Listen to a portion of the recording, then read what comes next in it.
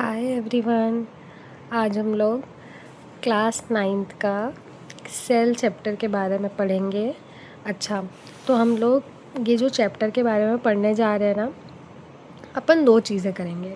First चीज़ कि अपन पहले जितना भी नोट्स जो मैं प्रोवाइड कर रही हूँ वो पूरा नोट्स हम लोग डिटेल में पढ़ेंगे, और जब हम लोग नोट्स कंप्लीट कर लेंगे ना, तब हम लोग चैप्टर रीड करेंगे और समझेंगे कि एनसीईआरटी कैसे पढ़ी जाती है, एनसीईआरटी से कैसे क्वेश्चंस के आंसर्स बनाए जाते हैं। ये सारी चीज़ हमको इवेंचुअली हो जाएगी। अब मेरा मोटिव ये वीडियो बनाने का, ये क्लासेस स्टार्ट करने का ये नहीं है कि मैं बच्चों को टॉपर बना दूँ, नहीं। ये स्पेशली मैंने उन बच्चों के लिए चालू किया है जो एवरेज हैं या बिलो एवरेज हैं, और बचपन से जो सिर्फ रटते आए हैं अपने आंसर्स को। जब आप क्लास 8 में थे, आपको क्वेश्चंस मिल जाते थे, आपको उनके आंसर्स मिल जाते थे। आपको अगर एक्स्ट्रा क्वेश्चन दिए भी जाते थे तो आप उनको चैट जीपीटी से, गूगल से निकाल करके, याद करके, रट के दे देते थे पेपर।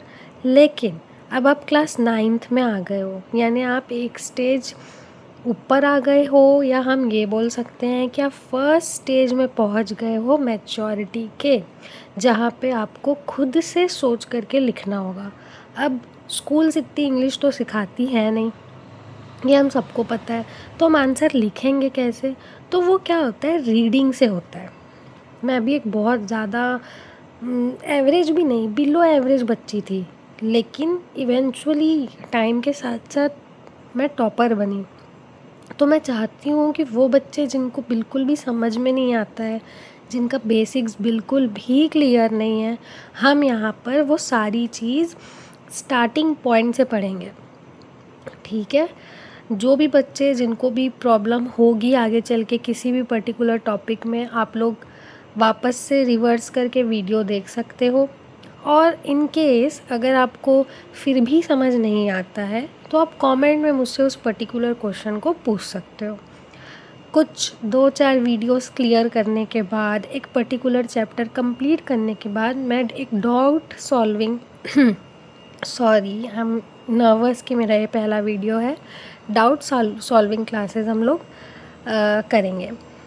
प्लीज़ वॉइसेस जो आएंगी उसको इग्नोर करना, क्योंकि एसी चल रहा है and life is going on, तो आसपास से आवाज़ें आ सकती है। You should only focus on the topic I am teaching you, ठीक है। अब ये जो क्लास 9th का ये जो है ना chapter, cell the building block of life, building block. अच्छा, जब कोई घर बन रहा होता है, ठीक है, जब घर बन रहा होता है तो छोटे छोटे ईंटें जो होते हैं उसको जोड़ जोड़ के घर बनाया जाता है, तो एक पूरा घर का स्ट्रक्चर बनता है। तो वो बिल्डिंग ब्लॉक होता है कौन? वो ईंटा, वो ब्रिक। वैसे ही हमारी बॉडी, इतनी बड़ी बॉडी, एकदम माइन्यूट छोटे छोटे सेल्स, जिसको आप अपनी नॉर्मल आँखों से तो देख ही नहीं सकते। It is impossible to see them, ठीक है। तो हम देखेंगे इस चैप्टर में कि अगर हम उन्हें नॉर्मल आँखों से देख नहीं सकते तो फिर हम देखेंगे कैसे, है ना। यहाँ पर आपको चैप्टर में देखा जाएगा कि एक बच्चा ये एक इंस्ट्रूमेंट पकड़ा हुआ है, अपने को नहीं पता है क्या इंस्ट्रूमेंट है, ये माइक्रोस्कोप है, ठीक है। और यहाँ पे अलग अलग टाइप के सेल्स बने हुए हैं। अभी आपको ये सारी चीज़ें न्यू लगेंगी, हाँ। जो बच्चे अच्छा पढ़ते हैं, जो बहुत अच्छा पढ़ते हैं, जो बहुत अच्छे से नॉलेज गेन किए होंगे पिछले क्लासेस में, उनको ये पिक्चर अच्छे से समझ आएगा। पर बहुत सारे ऐसे बच्चे होते हैं जो बेचारे नहीं पढ़ पाते, तो कोई बात नहीं है। एवरेज बच्चा होना कोई बुरी बात नहीं होती है, ठीक है। तो अपन क्या करेंगे, अपन पहले तो अपन क्या करते हैं, नोट से पढ़ते हैं, ठीक है। तो यहाँ पर सबसे पहले यही क्वेश्चन आता है माइंड में कि हम ये जो सेल वर्ड यूज़ कर रहे हैं, इस सेल को ही हम क्यों बोल रहे हैं फंडामेंटल यूनिट ऑफ लाइफ। अब ये जो वर्ड है फंडामेंटल, फंडामेंटल का मतलब आखिर क्या होता है? फंडामेंटल का मतलब होता है सबसे इम्पॉर्टेंट, बिना इसके कुछ हो नहीं सकता। अगर ब्रिक्स हटा दोगे आप बिल्डिंग से तो फिर वो बिल्डिंग बनेगी कैसे? तो सबसे इम्पॉर्टेंट है ये। क्यों? Cell is called fundamental unit of life because whatever function the body performs are basically carried out by cell or organelles present in it. कुछ भी समझ नहीं आया होगा, आई नो दैट। सेल का ये सबसे पहला क्वेश्चन है, लेकिन इसका आंसर समझने के लिए हमको पहले पूरा चैप्टर समझना होगा, उसके बाद अपने आप ये चीज़ हमको समझ आ जाएगी। अच्छा, हमारा जो एक मैं यहाँ पर आपको ये दिखाना चाहूँगी, हाँ, जो सेल होता है, छोटे छोटे जितने भी सेल होते हैं, फॉर एग्ज़ाम्पल हम डाइजेस्टिव सिस्टम का एग्ज़ाम्पल लेके चलते हैं। डाइजेस्टिव सिस्टम में क्या क्या आता है? माउथ आएगा, फूड पाइप आएगा, स्टमक आएगा, सब आएगा। पर माउथ, फूड पाइप, स्टमक ये सब ऑर्गन्स होते हैं, हमारे शरीर के ऑर्गन्स में ये सब इंक्लूड किए जाते हैं, ठीक है। तो ये कुछ टाइप की चीज़ों से मिलके बना होगा। तो सबसे पहले हम लोग देखेंगे स्टमक्स के जो सेल्स होंगे वो स्टमक सेल्स, वैसे ही माउथ के सेल्स, वैसे ही फूड पाइप के सेल्स। अब 1 2 3 4 बहुत सारे सेल मिल करके एक लेयर बनाते हैं, उस लेयर को बोलते हैं टिश्यू। और बहुत सारे टिश्यू एक साथ मिल करके ऑर्गन बनाते हैं। जैसे मान लो स्टमक के बहुत सारे सेल्स मिले और स्टमक का टिश्यू बना लिए, स्टमक के अलग अलग टाइप के टिश्यू मिले और स्टमक बना दिए। वैसे ही माउथ के सारे सेल्स मिले और माउथ का टिश्यू बनाए, और माउथ के सारे टिश्यूज़ मिल करके माउथ ऑर्गन बनाए। अब जो स्टमक है, माउथ है, फूड पाइप है, ये सब मिल करके एक सिस्टम बना रहे हैं जिसको हम लोग बोलते हैं डाइजेस्टिव सिस्टम। मेन काम जो इस सिस्टम का होता है वो होता है खाना डाइजेस्ट करना। लेकिन क्या mouth, stomach, food pipe, large intestine, small intestine, क्या हर किसी का काम एक ही जैसा है? नहीं, हर किसी का काम एक जैसा नहीं है। माउथ आपका खाना चबाने में टीथ की हेल्प से आप खाना चबाते हो, टंग की हेल्प से आप खाना रोल करते हो, उसके बाद वो आपकी फूड पाइप में नीचे जाता है, फिर वो आपके स्टमक में जाता है, स्टमक के बाद वो आपके स्मॉल इंटेस्टाइन में एब्जॉर्प्शन होता है, लार्ज इंटेस्टाइन में जाने के बाद एक्स्ट्रा पानी जो आपके खाने में है वो एब्जॉर्ब होता है, रेक्टम में जो भी फीसेस है, जो भी गंदगी बच गई आपके शरीर में, जो वेस्ट है वो जाके जमा होता है, और फाइनली एनस की हेल्प से आप पॉटी आउट कर देते हो उन सारी चीज़ों को। तो काम सारे ऑर्गन अलग अलग कर रहे हैं, लेकिन एक ही इम्पॉर्टेंट इन लोग का एम है, एक ही मकसद है कि हमको खाने को डाइजेस्ट कराना है और सामने वाले इंसान को एनर्जी देनी है। तो फिर वो क्या बन जाता है? डाइजेस्टिव सिस्टम बन जाता है। इसका मतलब सेल्स मिल करके टिश्यू बनाते हैं, टिश्यू मिल करके ऑर्गन्स बनाते हैं, ऑर्गन मिल करके ऑर्गन सिस्टम बनाते हैं। अब हमारे बॉडी में अलग अलग टाइप के सिस्टम हैं, digestive system, respiratory system, circulatory system, excretory system, nervous system, अलग अलग टाइप के सिस्टम्स होते हैं। तो ये जितने भी सिस्टम्स हैं इनके बारे में आप आगे की क्लासेस में पढ़ोगे, लेकिन ये जितने भी सिस्टम्स हैं मिल करके एक ऑर्गेनिज़म बना रहा है, एक जीती जागती चीज़। ऑर्गेनिज़म का मतलब होता है हर वो चीज़ जिसके पास जीवन है, लाइफ है, चाहे वो इंसान हो, चाहे वो जानवर हो, चाहे वो छोटा सा कीड़ा हो, चाहे वो इंसेक्ट हो, चाहे वो प्लांट हो, कुछ भी हो, उस जिसके पास लाइफ है, जो एक लाइफ जी रहा है, उसको बोलते हैं ऑर्गेनिज़म। तो ऑर्गेनिज़म के बनने के लिए सबसे पहली चीज़ क्या यूज़ हुई? सेल। सबसे इम्पॉर्टेंट चीज़ क्या यूज़ हुई? सेल। इसीलिए यहाँ पे लिखा गया है व्हाटएवर फंक्शन, हमारा बॉडी कोई भी फंक्शन कर ले, उसको परफॉर्म करने के लिए या तो सेल की ज़रूरत पड़ती है। चलो सेल तो हम समझ गए, बट ये ऑर्गेनेलीज़ क्या है? तो ये ऑर्गेनेलीज़ के बारे में हम आगे जब ये टॉपिक आएगा तब पढ़ेंगे। अभी समझाने से कोई मतलब नहीं है, अभी नहीं समझ आने वाला, ठीक है। अब बहुत सारे ऐसे ऑर्गेनिज़म, अब मैंने वर्ड ऑर्गेनिज़म बोला अगर, तो आपको ऑर्गेनिज़म का मतलब समझ आ जाना चाहिए। हर वो चीज़ इस दुनिया में जिसके पास एक लाइफ है, जीवन है, उसको ऑर्गेनिज़म बोलते हैं। पलंग, कुर्सी, टेबल, अलमारी, सोफ़ा, ये सब ऑर्गेनिज्म के अंदर नहीं आते। जितनी भी लिविंग थिंग्स हैं उनको हम किसके अंदर कंसिडर करते हैं? ऑर्गेनिज्म के अंदर कंसिडर करते हैं। तो बहुत सारे ऐसे ऑर्गेनिज्म होते हैं जो यूनिसेल्यूलर होते हैं। यूनि का मतलब होता है वन, एक सेल से बने होते हैं, बस इतने छोटे होंगे वो कि आप उनको माइक्रोस्कोप से देख पाओगे। जैसे कि बैक्टीरिया हो गया, ईस्ट हो गया। यहाँ पे बुक में एक डायग्राम बना हुआ है ना, ये बैक्टीरिया का डायग्राम बना हुआ है, ठीक है। तो बैक्टीरिया हो गया। अच्छा, ये वाला जो डायग्राम है इससे तो आप सब वाकिफ़ हो कि ये क्या है। आपने छोटी क्लासेस में पढ़ा है कि ये क्या है। ये अमीबा है, ये भी सिंगल सेल ऑर्गेनिज्म है। ये ईस्ट है, ये भी सिंगल सेल ऑर्गेनिज्म है। ये पैरामीशियम है, ये भी सिंगल सेल ऑर्गेनिज्म है। क्लैमाइडोमोनास, ये भी सिंगल सेल ऑर्गेनिज्म है। जैसे हम सब के अलग अलग नाम होते हैं तो इन सब के भी अलग अलग नाम हैं, लेकिन ये सब एक ही सेल से बने हुए हैं। ना इनके पास कोई डाइजेस्टिव सिस्टम है, ना कोई रेस्पिरेटरी सिस्टम है, ना कोई ऑर्गन है, बस एक सेल है और कुछ नहीं। अब उसके बाद बहुत सारे ऐसे ऑर्गेनिज्म होते हैं जो बहुत सारे सेल्स से मिलके बनते हैं। मिलियंस ऑफ सेल्स, मतलब कि 1, 10, 1000, 100, है ना, 10,000, 100,000, 1 मिलियन, यानी मिलियंस ऑफ सेल से मिल करके एनिमल्स हो गए, प्लांट्स हो गए, और हम खुद भी मिलियंस ऑफ सेल से मिल करके बने हैं, ठीक है। हमको यहाँ पे एक चीज़ नोट करनी है, क्योंकि ये न्यू एनसीईआरटी है तो इसमें बहुत सारी चीज़ें न्यू ऐड की गई हैं। तो यहाँ पे थर्मोफाइल्स के बारे में बताया गया है ना। थर्मोफाइल्स के बारे में अभी मैं यहाँ नोट्स में थोड़ा ही बता रही हूँ, क्योंकि जब हम चैप्टर रीड करेंगे ना तो वहाँ पे हमको डिटेल में आ जाएगा समझ, ठीक है। एक चीज़ आप लोगों को ध्यान रखनी है कि आप लोगों को ऐसा नहीं है कि सिर्फ ये नोट्स है तो आप सिर्फ नोट्स से पढ़ो, या सिर्फ एनसीईआरटी रीड कर लिए तो हो गया, ऐसा नहीं है। आपको नोट्स के साथ साथ स्पेशली एनसीईआरटी को हर चैप्टर को 2 से 3 बार रीडिंग करना है, इम्पॉर्टेंट पॉइंट्स मार्क करना है। मैं धीरे धीरे सारी चीज़ें आपको सिखाऊंगी, ठीक है।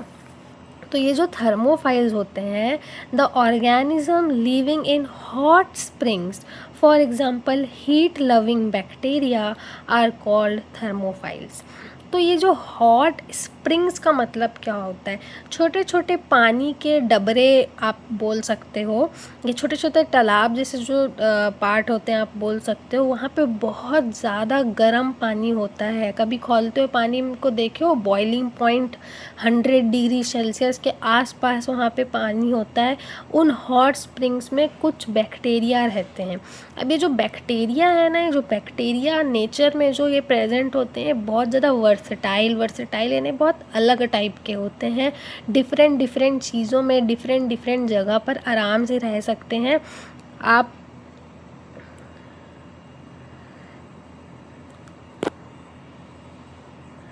हाँ, क्या बोल रही थी मैं, डिफरेंट जगह पर रह सकते हैं। तो मतलब बहुत ज़्यादा जो पहाड़ होते हैं, आइस वाले जो जगह होते हैं जहाँ पे बहुत ज़्यादा ग्लेशियर वगैरह पाया जा रहा है, उन जगहों पे पाए जाते हैं, ठीक है। वैसे ही एकदम गर्म जगहों पे पाए जाते हैं। तो वैसे ही जो हॉट स्प्रिंग यानी एकदम गर्म जगह पर जो बैक्टीरिया पाया जाता है, उस पर्टिकुलर बैक्टीरिया को बोलते हैं थर्मोफाइल्स। क्या बोलते हैं? थर्मोफाइल्स। अब उसके बाद नेक्स्ट जो चीज़ आएगी, ये तो मैंने आपको समझा दिया। अब हिस्ट्री के बारे में ये है कि ऐसा नहीं था कि सेल के बारे में, टिश्यू के बारे में हर चीज़ एक बार में ही हर साइंटिस्ट को पता चल गया, ऐसा नहीं था। अलग अलग टाइम लगा, अलग अलग टाइम लाइन पे अलग अलग साइंटिस्ट ने न्यू चीज़ को डिफ़ाइन किया, तो आज हम पूरी चीज़ें पढ़ पा रहे हैं। अभी भी बहुत सारी ऐसी चीज़ें हैं जो डिस्कवर नहीं हुई है, तो वो आगे चल के लोग रिसर्च कर रहे हैं और न्यू चीज़ें ऐड हो रही है, तो वो हमारी बुक्स में ऐड होते जा रही है, तो हमको पता चल रहा है, ठीक है। वैसे ही 1665 का टाइम था। सोचो अभी 2026 चल रहा है। 1665 में एक साइंटिस्ट था रॉबर्ट हुक नाम का। उसने क्या किया, जो पेड़ की जो छाल होती है ना, बाहर का देखना लेयर होता है, अजीब सा दिखता है जो उबड़ खाबड़ टाइप, उस लेयर को लेके पतला सा कट करके खुद के डिज़ाइन किए हुए माइक्रोस्कोप में मैग्नीफाइंग ग्लास टाइप कुछ लगा करके उसने देखा, तो उसको ऐसे ना छोटे छोटे डब्बे जैसे स्ट्रक्चर, रूम जैसे स्ट्रक्चर ऐसे देखने को मिले, ऐसे रूम जैसे स्ट्रक्चर देखने को मिले उसको। वो उसी ने नाम दे दिया कि जो छोटे छोटे स्ट्रक्चर होते हैं, हनीकॉम जैसे जो स्ट्रक्चर होते हैं, उसको सेल बोलते हैं। लेकिन ये जो सेल था वो लिविंग नहीं था, डेड था। पेड़ की जो छाल होती है वो डेड सेल्स होती है। अब आप सोचो कि डेड सेल, लिविंग सेल, ये सब क्या है? तो जब आप टिश्यू चैप्टर पढ़ोगे ना, सेल चैप्टर के बाद टिश्यू चैप्टर जब रहेगा, तब आपको समझ आ जाएगा कि ये dead cell, living cell. Dead cell in the sense बस वो कोई लाइफ नहीं है उसके अंदर, बस वो है, उसका मरा हुआ लाश पड़ा है वहाँ पे। अभी आप ये समझ लो, ठीक है। उसके बाद एंटोन वैन लीवेन्यूक करके एक साइंटिस्ट 1674 यानी कि उसके कुछ सालों बाद, 9 साल बाद, एक साइंटिस्ट आया, उसने खुद एक माइक्रोस्कोप बनाया। ये जो माइक्रोस्कोप आप देख रहे हो ना यहाँ पर बुक पे, जिसको हम बोलते हैं कंपाउंड माइक्रोस्कोप या फिर लाइट माइक्रोस्कोप, ऐसा इसी टाइप का एक माइक्रोस्कोप एंटोनी वॉन लीवेन्यूक ने डिस्कवर किया, ठीक है। और उसी के हेल्प से उसने क्या किया, जो तालाब का पानी होता है, तालाब के पानी को लिया, उसको ऑब्ज़र्व किया उस माइक्रोस्कोप में और देखा कि कुछ छोटे छोटे सेल्स जैसे स्ट्रक्चर दिख रहे हैं, तो वहाँ पे उसको पता, और वो मूवमेंट कर रहे हैं, है ना, तो उसको पता चला कि ये जो सेल्स हैं वो लिविंग सेल्स हैं। वैसे ही रॉबर्ट ब्राउन नाम के साइंटिस्ट ने 1831 में न्यूक्लियस को डिस्कवर किया, और ये पुरकिंजी नाम के साइंटिस्ट ने प्रोटोप्लाज्म को डिस्कवर किया। अब ये प्रोटोप्लाज्म होता क्या है, तो जो लिविंग मैटर है, अच्छा कोई भी सेल हो, ठीक है, एक चीज़ मैं आपको यहाँ पे एक चीज़ समझा देती हूँ कि कोई भी सेल हो उसके पास ये 3 चीज़ तो इम्पॉर्टेंटली होगा ही होगा। प्लाज्मा मेम्ब्रेन, एक आउटर कवरिंग होगी उसकी, साइटोप्लाज्म होगा उसके पास, और न्यूक्लियस होगा। सिर्फ और सिर्फ एक ही ऐसा सेल है जिसके पास न्यूक्लियस नहीं पाया जाता, वो है रेड ब्लड सेल, ठीक है। RBCs जिसको बोले जाते हैं, जो हमारे ब्लड को रेड कलर प्रोवाइड करता है। तो ये चीज़ आप नोट कर लीजिएगा, ठीक है। तो अब यहाँ पर जो साइटोप्लाज्म वाला पार्ट होता है ना, जेली लाइक स्ट्रक्चर, जब भी वर्ड आता है ना मैटर, तो मैटर हम लोग जेली लाइक स्ट्रक्चर से डिफाइन करेंगे कि जेली लाइक स्ट्रक्चर होता है, ठीक है। उसको किसने डिस्कवर किया? पुरकिंजी नाम के साइंटिस्ट ने डिस्कवर किया। अब मैंने अभी आपको कंपाउंड माइक्रोस्कोप के बारे में बताया, लीवेन्यूक ने डिस्कवर किया, लेकिन जो कंपाउंड माइक्रोस्कोप होता है उसको लाइट की ज़रूरत पड़ती है, और वो सेल्स के सिर्फ आउटलाइंस को और अंदर न्यूक्लियस को ही बस दिखा पाता है, उससे ज़्यादा बड़ा नहीं कर पाता। माइक्रोस्कोप का काम क्या है? छोटी छोटी चीज़ों को मैग्नीफाई करके बड़ा करके दिखाना। तो कंपाउंड माइक्रोस्कोप के अंदर इतनी ही ताकत होती है कि वो बस उसके बॉर्डर्स को और न्यूक्लियस को, कुछ थोड़े बहुत हिस्सों को दिखाए। जो वर्ड ऑर्गेनेली आया था ना, एंडोप्लाज्मिक रेटिकुलम, गोल्जी अपैरेटस, ये सब वर्ड्स आप सुने होंगे जिसको हम आगे चल के पढ़ेंगे, वो किसकी हेल्प से हम देख सकते हैं? इलेक्ट्रॉन माइक्रोस्कोप की हेल्प से हम देख सकते हैं, जो कि नॉल और रुस्का नाम के साइंटिस्ट ने डिस्कवर किया था, ठीक है। अब हम लोग आ जाते हैं सेल थ्योरी में। सेल थ्योरी कुछ नहीं है, 3 स्टेटमेंट्स हैं। 3 स्टेटमेंट्स में से शुरू के 2 स्टेटमेंट्स 2 साइंटिस्ट ने दिए, और फिर उसी में एक एक्स्ट्रा स्टेटमेंट ऐड कर दिया गया एक तीसरे साइंटिस्ट के वजह से, ठीक है। और उसी को हम लोग सेल थ्योरी बोलते हैं। तो पेपर में आएगा सेल थ्योरी क्या होता है, तो आपको ये 3 स्टेटमेंट जो आगे मैं बताऊंगी वो लिखना है। तो ये स्वान और शिल्डन नाम के साइंटिस्ट ने दिया था, और आगे चल के कुछ वक्त बाद विरकाउ नाम के एक साइंटिस्ट ने उसको एक्सपेंड कर दिया था, यानी अपनी एक और स्टेटमेंट ऐड कर दी थी। तो जो स्वान एंड शिल्डन जो है, उन दोनों ने ये 2 क्या बोलते हैं स्टेटमेंट दिए। सबसे पहला स्टेटमेंट है, it states that, cell theory states that all living organism whether plant और animal are made up of cell. चाहे प्लांट हो चाहे एनिमल हो, जितने भी लिविंग ऑर्गेनिज्म होते हैं सब किससे मिल करके बनते हैं? सेल से। दूसरी जो लाइन इन लोगों ने बोली, ये तो हमारे चैप्टर का ही नाम है, सेल इज़ द बेसिक और फंडामेंटल यूनिट ऑफ लाइफ, ठीक है।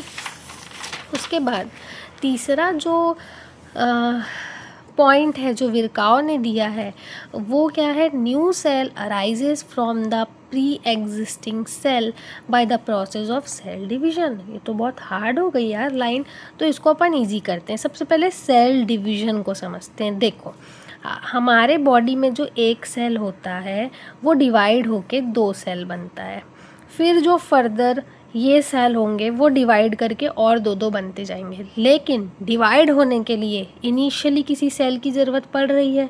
ये जो डिवीज़न हो रहा है सेल का, इसको सेल डिवीज़न बोलते हैं।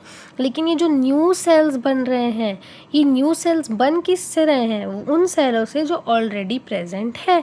इसीलिए बोला जा रहा है कि जो न्यू सेल्स हैं वो किन से अराइज होता है, प्री एग्जिस्टिंग सेल से अराइज होता है। ठीक है, अभी तो फ़िलहाल अपन इतना ही देखते हैं। How to study cell, cell को स्टडी कैसे किया जाता है, ये सब हम लोग नेक्स्ट वीडियो में देखेंगे। जब तक के लिए आप ये पढ़िए। अगर इसमें आपको कोई भी डाउट आता है तो आप मुझे कमेंट सेक्शन में बता सकते हैं। Thank you.